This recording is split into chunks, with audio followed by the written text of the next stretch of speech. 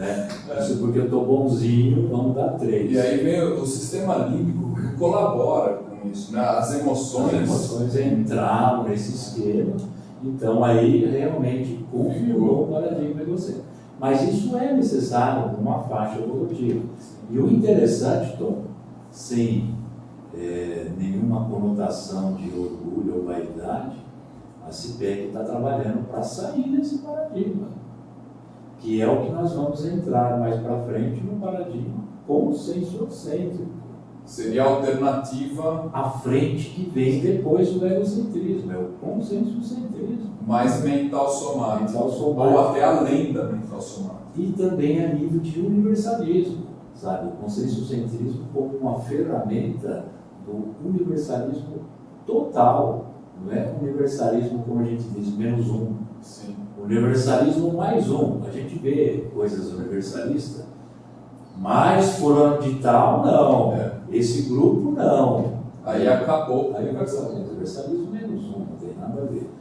Mas é interessante, então, Tom, a necessidade do egocentrismo. Por quê?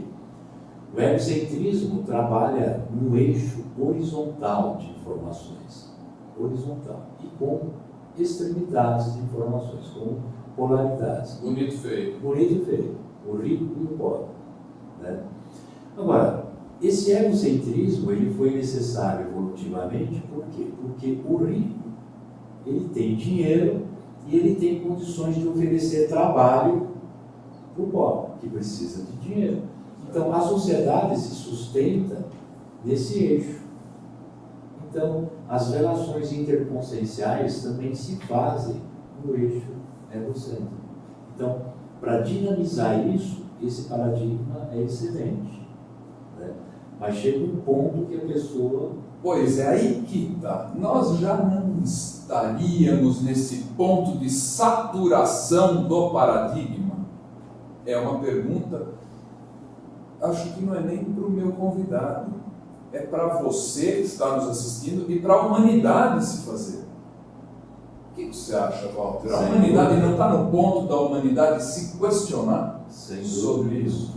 A sociedade, de modo geral, ela já tem a condição básica de questionar o paradigma e de vivenciar um novo paradigma onde, através dele, supere todas essas dificuldades que nós estamos tendo no momento. Eu falo em saturação, Walter, porque nós chegamos num ponto, e eu gostaria de fazer um elogio muito grande à ciência, os avanços tecnológicos. Esse programa aqui só é possível em razão da ciência, da evolução da tecnologia. Mas essa tecnologia trouxe também guerras imensas, um poder destrutivo massificante, e essa questão nós vamos saber a opinião do médico homeopata, professor Dr. Walter de Almeida, logo após o intervalo comercial.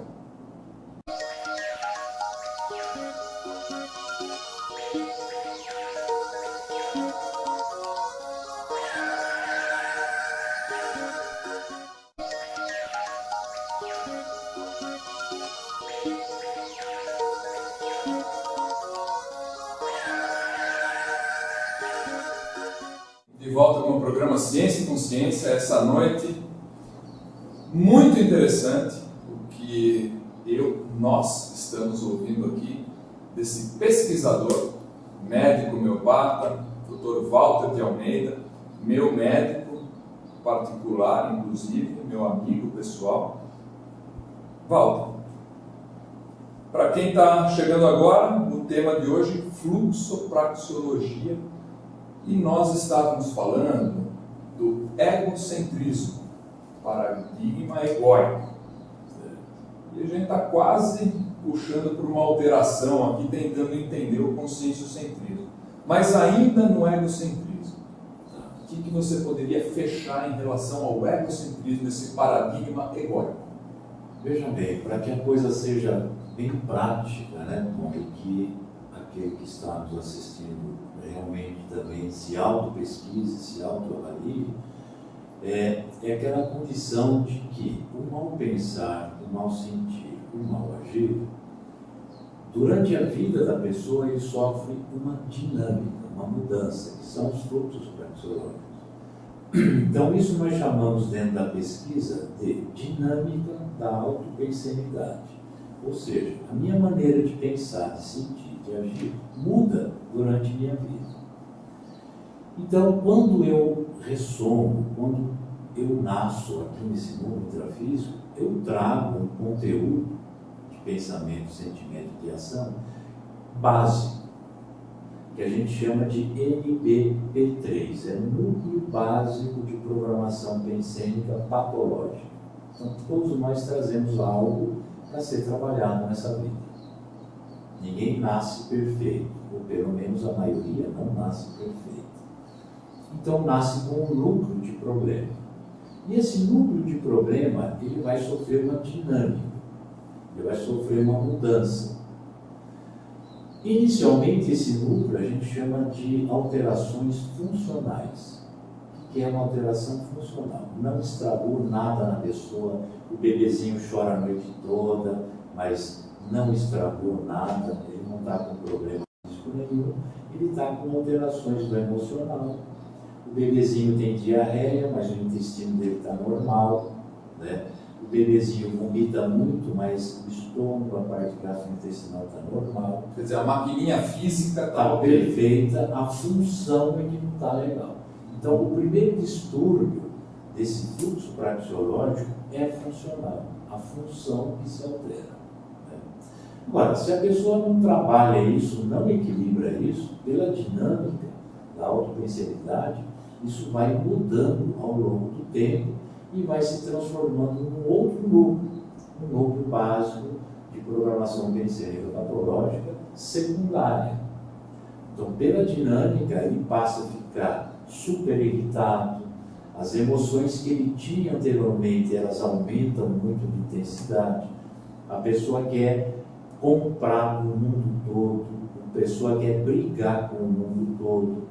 Então, ocorre uma exacerbação, uma hiperreatividade da pessoa. Quer dizer, o sinal de alerta.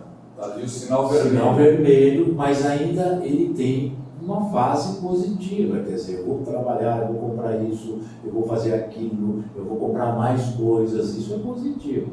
Só que ele tem que estar atento, né, até o limite, porque senão pode ocorrer, pela dinâmica, a formação de um terceiro núcleo. Nós vamos ver mais para frente. Então tem o primeiro núcleo que é funcional, não estraga nada, só as funções são alteradas. Já partindo para o segundo núcleo, já ocorrem mudanças a nível físico, hiperplasia, tumores, né, benignos, ocorre a formação de miomas, fibromas. Então, fisicamente, a pessoa tem a hipertrofia da parte física e também a hipertrofia da parte mental. A exacerbação. Começa o que convencionalmente se entende por doença. Por doença, apesar que ela já começou no núcleo primário. Sim. Mas era insidiosa, era funcional, aparentemente estava tudo bem. Mas esse tudo bem não estava realmente tudo bem. Mas vai... A sociedade não identifica esse ponto como doença, embora já seja uma doença. Exatamente. Então, o telespectador que está nos assistindo, ele já pode até olhar para si próprio e ver como é que está a vida dele. Que estágio que ele está, no primeiro ou no segundo. Isso eu acho muito importante. Quer dizer, não é porque o físico está bem, está sadio, que eu não tenho doença nenhuma. Esse é um questionamento que nós temos que fazer. Claro. Né? O físico sadio é ótimo, obviamente, uma coisa positiva. Mas será que não existe já uma doença instalada no fluxo que logo vai fazer a virada, a mudança? Esse é um questionamento. Então, tem que questionar. A pessoa, então, nesse segundo núcleo, continua se desequilibrando, até que o fluxo praxeológico muda para um terceiro núcleo, que é o destrutivo.